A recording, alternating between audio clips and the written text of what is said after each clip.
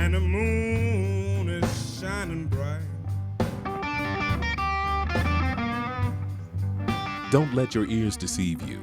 The vintage-sounding blues that you're witnessing is that of 16-year-old Marquise Knox. His age is what really throws people just off the block, and they just can't believe, a child at this age is so deep into blues. The first time that I even became aware of Marquise, I was actually standing outside, and I thought that I was listening to a vintage blues recording, and looked across the street and actually saw someone playing, and followed that, peeked in, and saw that it was, at that time, he was only 13 years old, and just got a chance to go in and really watch and listen to him, and was very enamored with him because to my knowledge, there's not a lot of young black kids that are into blues. They're more into hip hop, and I was stunned. And it could be the ancestors of the blues, it could be spirits or something, but it's not all little kid can play the blues. He's a serious blues player and seriously knows a lot about the blues, and the thing that I admired the most is he has a lot of respect for the blues. I probably felt like a lot of people that how incredible a sound like that was coming out of a 15-year-old, and not just the sound, but the feel that he evoked when you listened to him. There's no doubt that Marquise has the depth of the blues in him. And there's no one else awoke.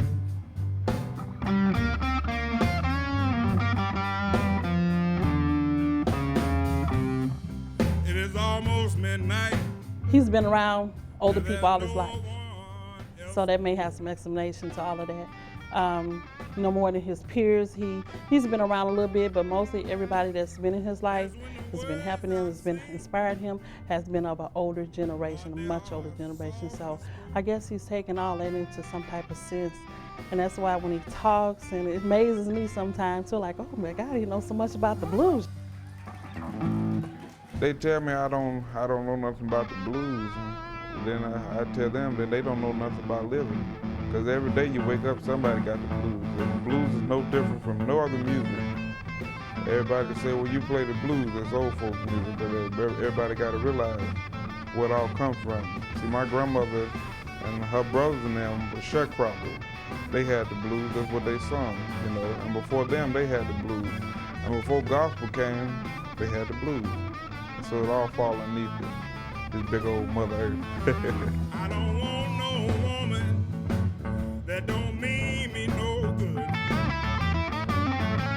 The guitar came natural to Marquise as he first started playing at 3 years old. Yeah, it was, because, at the age of 3, what do you know about a guitar, or music, or anything, And it was just amazing how he was just so amazed about it. And I'm like, okay, maybe we have something here. Being mentored by his legendary blues heroes, Marquise knows he's the next generation to carry on the torch of keeping traditional blues alive and authentic. He's authentic in the sense that he generates his own music right now. He writes a lot of his own material, and we witnessed him writing a song in his head as he's performing it, and then reshape the lyrics and reorder the verses and do it again. And by the third time, he's got a complete song and a complete, total memory of it. It reminds me a lot of Henry Townsend in that sense, because Henry Townsend literally composed on the fly. Henry kind of like took him in as a son of his, telling Marquise about the industry, different ways that can enhance in his music career. Never let anyone down you or take anything from you, and just play it from the heart. So Henry has been a good inspiration for Marquise. He really has. You got to treat me right. Well, I got a song, it's called Henry's Train. But it was called after a dear old friend of mine. I named that song because there was a guy named Henry Townsend. I don't know if you can see up there, right there. But at pitching, he was, he was 96 when he died. So in his last year of life, I got to become friends with him, play with him up in Kansas City. I got a chance to meet Honey Boy and Louisiana Red, all them. So that's where that song come out of memory of him. So.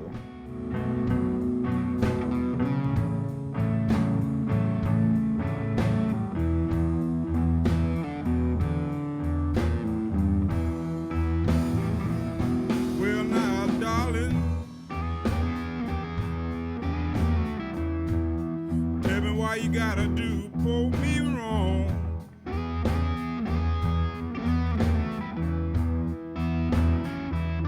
Well now, darling, why you gotta do for me wrong?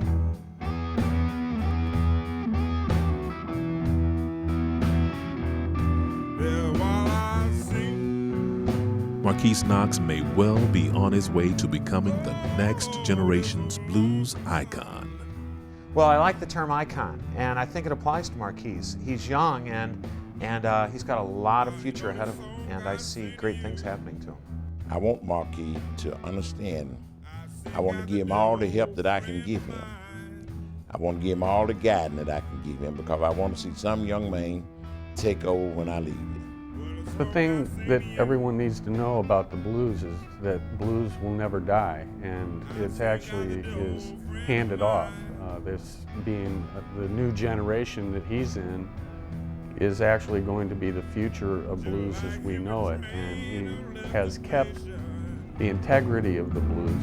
Oh, yours have left mine. You can grab yourself a piece of music history now by picking up the first CD release by Marquise Knox. My life I try to do right,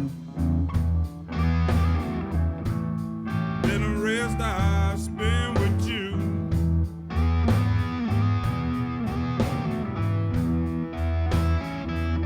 All my life I try to do right,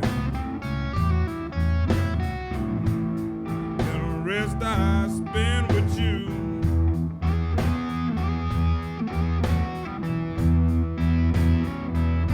Then while I sing, oh, this lonesome song to you.